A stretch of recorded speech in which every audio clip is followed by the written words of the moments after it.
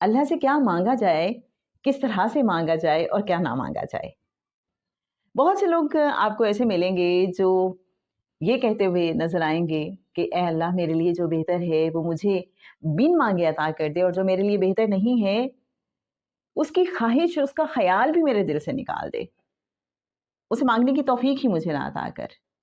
پھر کچھ لوگ آپ کو ایسے بھی ملتے ہیں جو بڑے مزے کے لوگ ہوتے ہیں، وہ کہتے ہیں نہیں جی ہم نے تو اپنی خواہش سے دستبردار نہیں ہونا، ہمیں تو جو چاہیے بس وہ چاہیے۔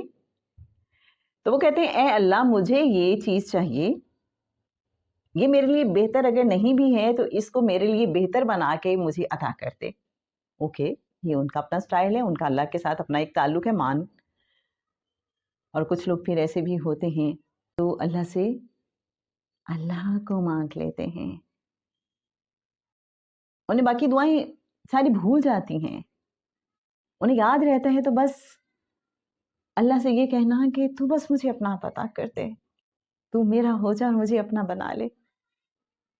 ہمارے مرشد سید سرفراز احمد شاہ صاحب اپنی بہت پرانی بات بتایا کرتے ہیں کہ جب وہ پہلی بار عمرے کے لیے گئے اور خانہ کعبہ کا طواف کرتے ہوئے انہوں نے اللہ سے کہا، ایک کیفیت ہوتی ہے نا، خاص کیفیت، اور وہ عطا ہوتی ہے اور اسی میں کوئی دعا عطا ہو جاتی ہے، تو ویسی ہی وہ خواہش اور دعا تھی کہ اے اللہ آج تجھے اگر کچھ دینے کا حوصلہ ہے تو ایسا کر، چھوڑ ساری دنیا کو، تو میرا ہو جا اور مجھے اپنا بنا لے۔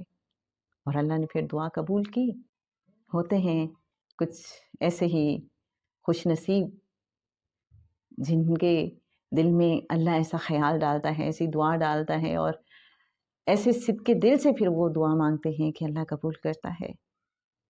کچھ منچلے بھی ہوتے ہیں، وہ ایسی باتیں سن کے اللہ سے اللہ کو مانگنا شروع کر دیتے ہیں، اللہ کی دوستی کا سوال کرنے لگتے ہیں۔ جب سچ مچ اللہ کسی بندے کا ہو جاتا ہے تو اس پہ تو پھر آسمان و زمین والے رشک کرتے ہیں۔